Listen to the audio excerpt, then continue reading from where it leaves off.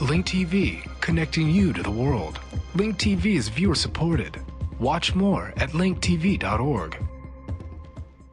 Link TV presents Mosaic World News from the Middle East.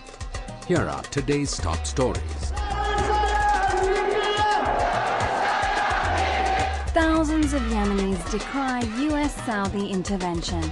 Syria's Assad issues another amnesty offer. And NATO's civilian death toll rising in Afghanistan. Mosaic World News from the Middle East begins now.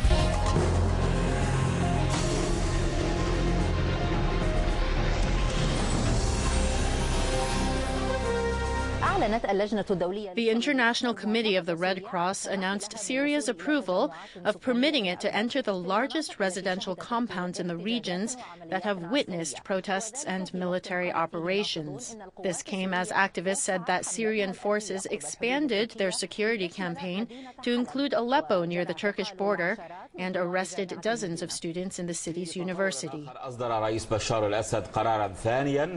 In a related development, President Bashar al-Assad issued another decree of general amnesty for what was described as crimes committed before June 20th. Dissidents believe that this decree came too late. Reuters news agency quoted protesters and activists saying that at least 3 people were killed in Homs and Mayadeen town near Deir ez-Zur by the security forces' gunfire. They said that the forces deliberately sided with the Syrian regime's loyalists in the conflicts between the loyalists and protesters, demanding the toppling of the regime.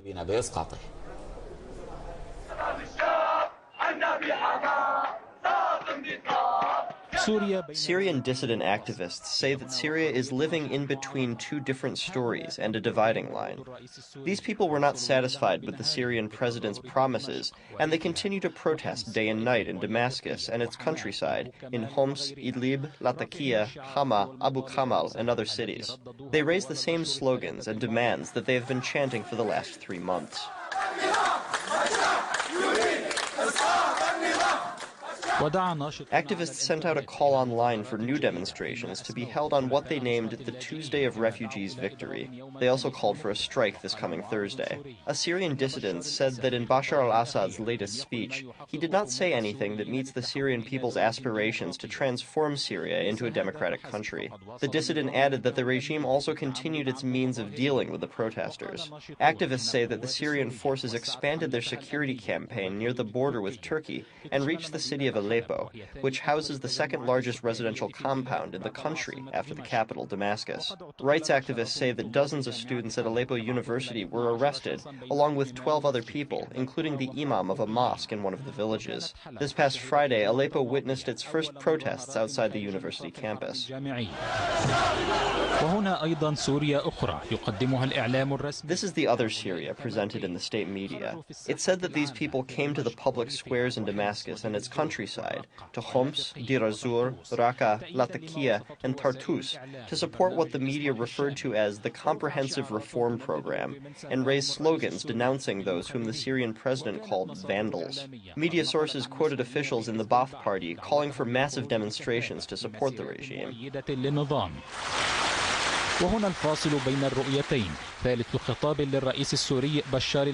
This is the dividing line between the 2 stories. The third speech by Syrian President Bashar al-Assad since protests erupted opposing his regime. He vowed to begin a national dialogue to discuss the possibility of conducting constitutional and legislative amendments to the laws regarding elections, the media, and political party formation. He expressed his hope to achieve these amendments by this coming September. Following these promises, he issued a general amnesty for what was referred to as crimes committed before the date of his speech. This was the second amnesty of its kind since the protests began. However, the U.S. and some European countries are aware that thousands of Syrians are fleeing across the border. They listened to the Syrians' fears of returning to their homes and observed what was described as human rights violations in the cities stormed by the Syrian military forces under the pretext of confronting armed terrorist groups. They thus lean towards the dissidents' point of view and demand that the Syrian regime accelerate the process of conducting tangible reform and putting an end to the violence against the citizens.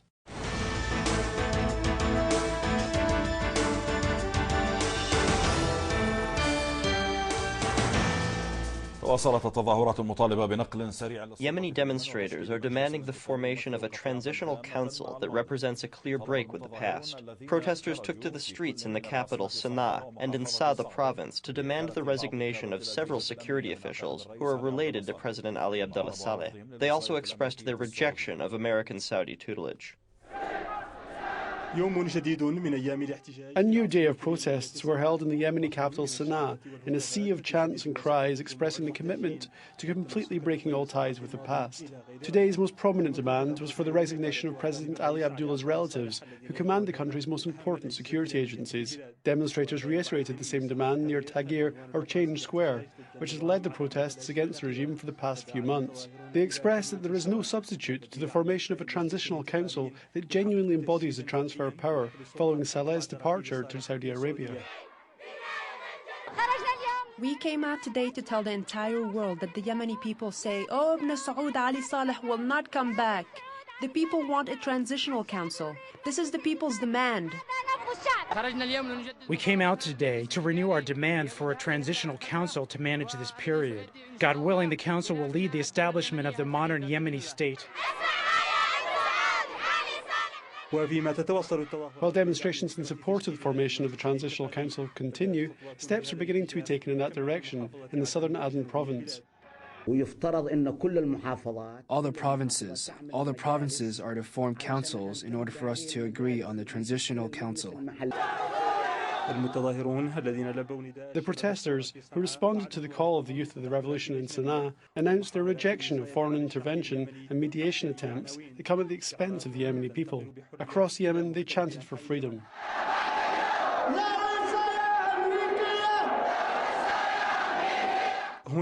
Here in Sada, a couple of hundred kilometres from Sana'a, the protesters' voices strongly resounded against a foreign mandate.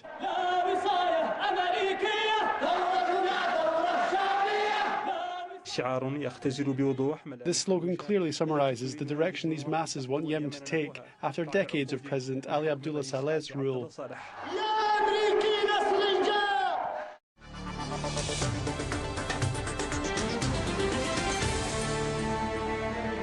NATO said that it lost a helicopter drone while it was hovering over Libya on Tuesday. It denied Libyan state TV's report that said that it was an Apache helicopter with a pilot.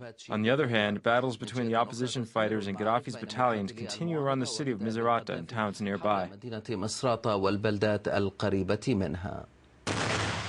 Misrata and its surroundings, which are under the control of the opposition fighters, are seeing clashes with Gaddafi's loyalist battalions. Daphnia city, located 15 kilometers west of Misrata, is also witnessing violent clashes. Reports say that a leader of the opposition fighters was killed. So far, opposition fighters have not managed to make noticeable progress in western Libya, except for taking control of Misrata and its port. The opposition forces are attempting to expand their military operations toward the west, but they are always confronted by violent resistance from Gaddafi forces. In another development, NATO said that it lost a helicopter drone while it was hovering over Libya on Tuesday. It denied a report by Libyan state TV that said it was an Apache helicopter with a pilot.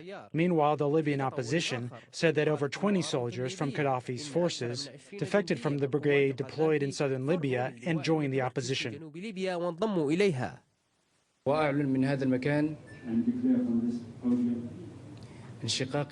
I announced from this place my defection from the tyrant Gaddafi's regime, and I declared to join the revolutionaries of February 17th and the National Council. This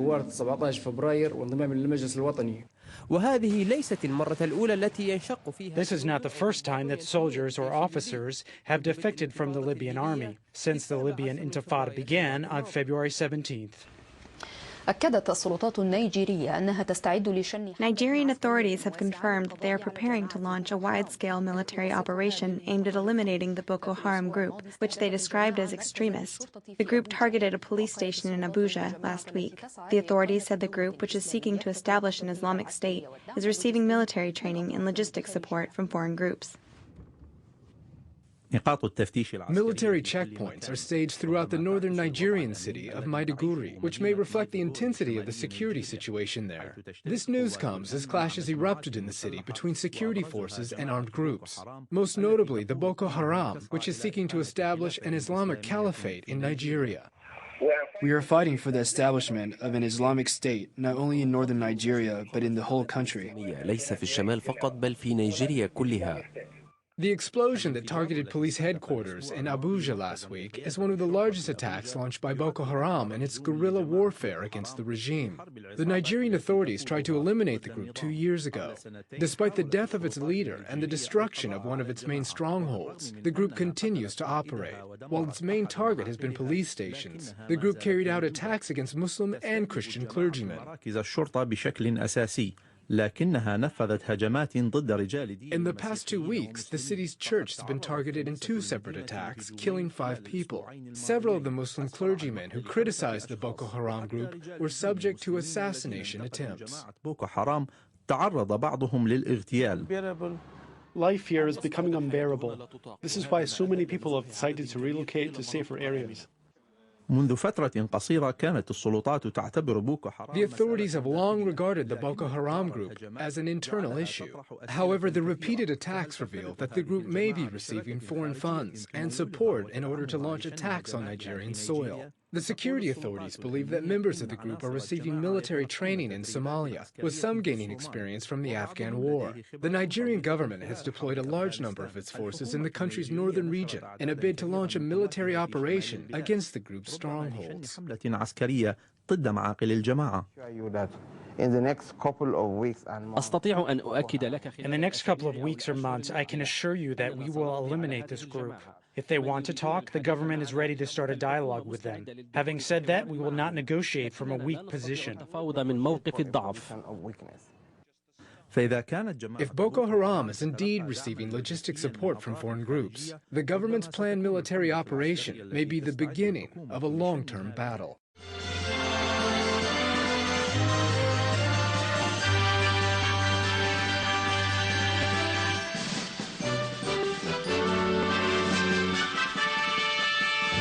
مشاهدينا ونبدأ النشرة من الديوانية حيث 23 Iraqi citizens have been martyred and nearly 30 others wounded in 2 booby-trapped car attacks in central Diwania province.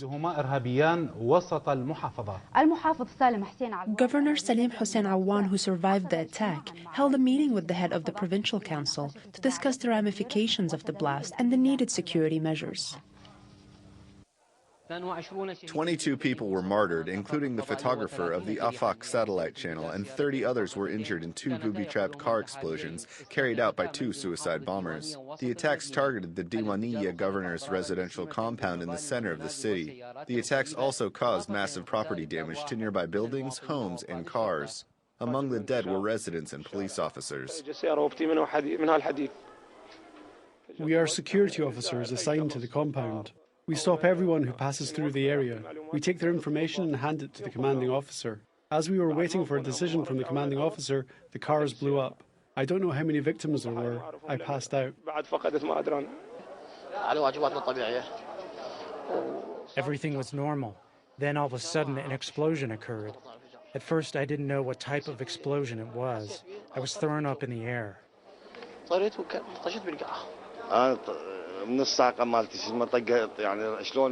I don't know how it started. The 2 cars exploded simultaneously near the gate of the compound. The head of the province's security agency confirmed that the breach was the first of its kind in Al-Diwaniyah. He added that the targeting of the city is part of a terror plan aimed at undermining stability and security in stable provinces. The official said heightened security measures will be enforced to prevent a repeat of such an incident, in addition to opening an investigation to understand the circumstances around the event. In truth, it is part of the terror plan that is targeting all of Iraq. I believe there was some intelligence on the entry of a booby-trapped car into the city of Al-Diwaniyah. There have been heightened security measures in the past few days, but it is really the first breach of its kind in Al-Diwaniyah. God willing, additional measures will be taken.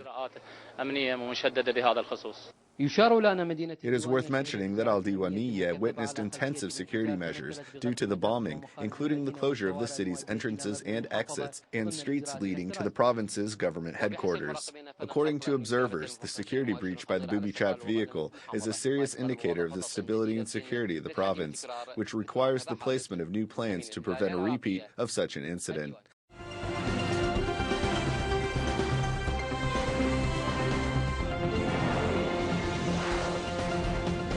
In Jordan, the information minister has stepped down to protest the government's decision to debate new press and publication laws in parliament.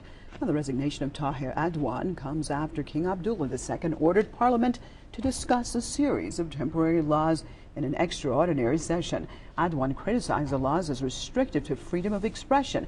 He also slammed repeated attacks on journalists in the country. Now, earlier this month, dozens of journalists and activists demonstrated outside the premier's office in Amman to demand the release of a detained journalist. Jordan has been witnessing months of street protests over government corruption. Now, the demonstrators are also calling for reforms. More US-led foreign forces have been killed in Afghanistan. The military alliance says a Jordan soldier has lost his life in a militant attack in southern Helmand province. Earlier, 2 other soldiers were killed in the east of the country. No further information is available yet. The latest deaths come as President Barack Obama is considering the size of a planned withdrawal of American troops from the country. Nearly 260 forces, most of them American, have been killed in the country so far this year.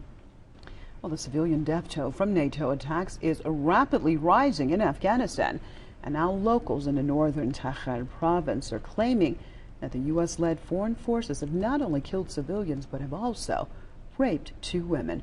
Press TV's Fayyad explains. The aftermath of a nighttime raid. NATO forces have recently stormed into a house in this village in northern Takhar province of Afghanistan. It's a remote area. People commute from nearby towns to this village with donkeys. But we found a rickshaw to get there. And when we arrived, we soon discovered the evidence of the raid. The attack is still fresh in the minds of these locals. 14-year-old Shakira was woken up by the sounds of gunfire. It was around midnight when the foreign troops came and entered their home. Shakira says they shot her father, mother and sister dead at very close range. Her sister got engaged a week before her tragic death. My father and mother were dead and my sister was taking her last breath. Bibi Salima is also from the same family. She is Shakira's aunt. Bibi Salima was the first person came to the scene after the raid. She says the dead bodies were lying naked. She alleged that Shakira's mother and sister were raped before they were killed. When I came, my sister and her daughter were lying naked in the yard. They were raped and were bleeding badly. But NATO has described this allegation as groundless. The US Army said they raided the house as someone shot at them from inside.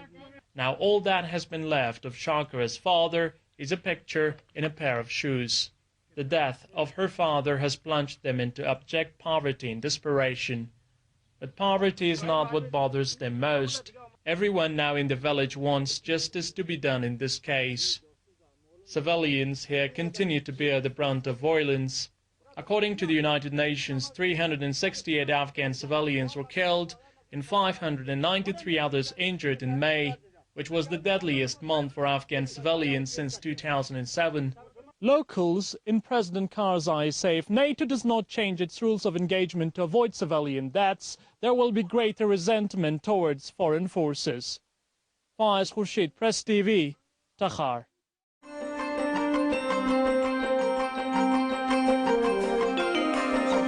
For the second consecutive day, Israel continued its military exercise codenamed Turning Point 5, considered to be the largest drill in the entity's history. The maneuver falls within the framework of seizing on the repercussions of the Israeli aggression on Lebanon in 2006. and the demands of the Winograd Commission, which inquired into the aggression on Lebanon. Within the framework of training the Home Front Command, the Ministers' Committee on Security and Political Affairs held its first session under the leadership of Prime Minister Benjamin Netanyahu. It was held in a fortified site built in occupied Jerusalem in order to protect members of the government in case of emergencies.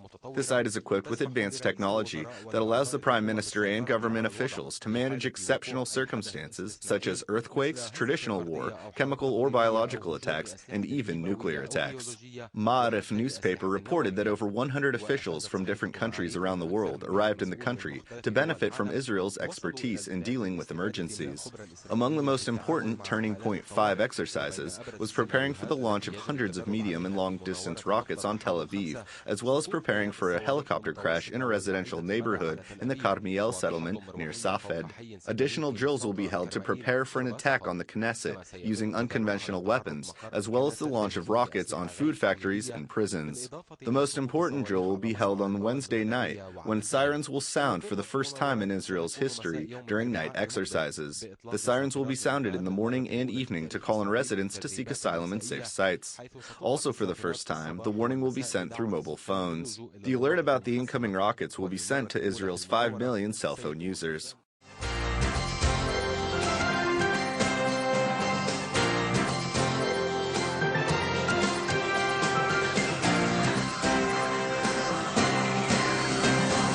The so-called reconciliation between Fatah and Hamas appears to be unraveling. Hamas today denounced statements by Palestinian Authority President Mahmoud Abbas in which he claimed the right to choose the prime minister of a unity government.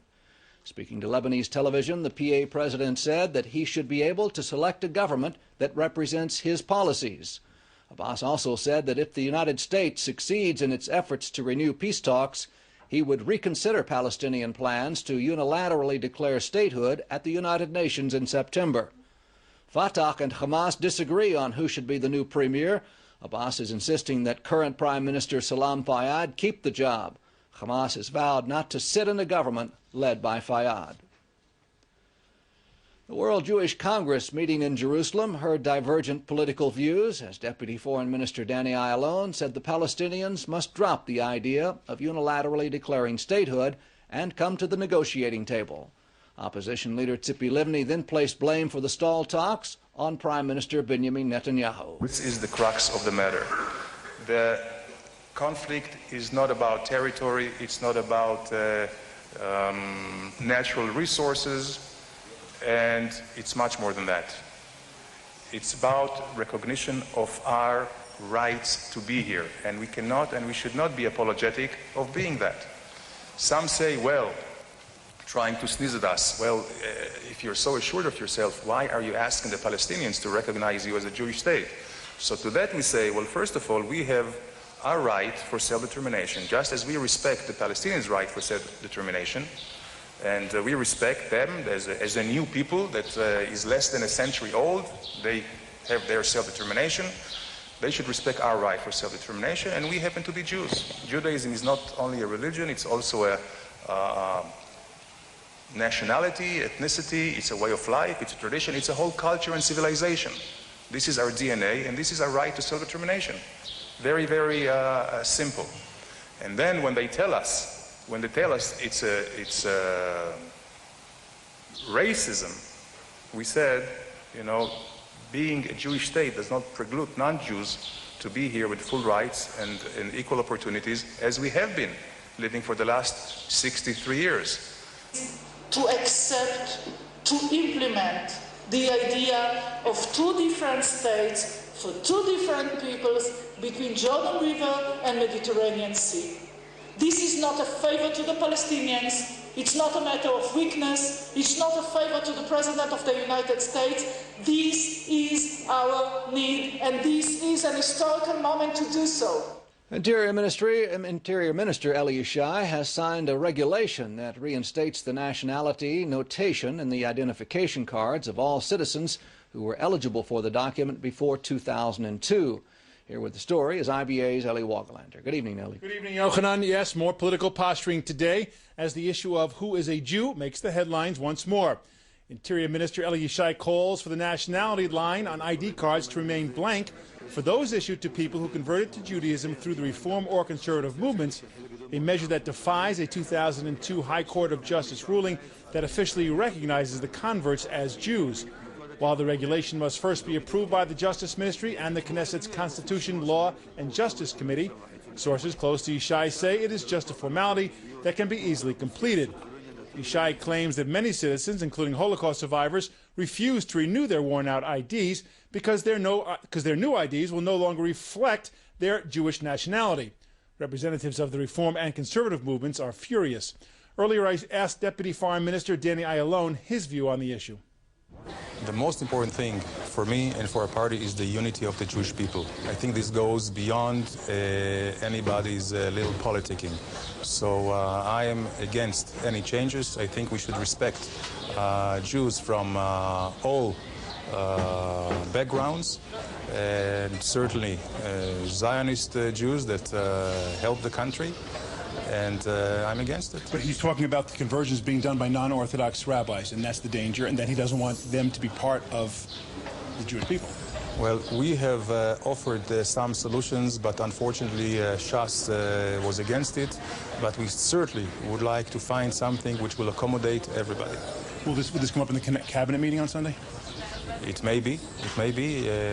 I would say that if Mr. Yishai will be very adamant about it, he will find equal, I would say, approach from us. The views expressed on Mosaic are from contributing broadcasters, not Link TV or its sponsors. The production of Mosaic is made possible by grants from the John D. and Catherine T. MacArthur Foundation, the Firedoll Foundation, and by support of viewers like you. Thank you. Watch Mosaic World News online. Stay up to date with breaking news, read our blog, get transcripts of past shows, and more at linktv.org/mosaic.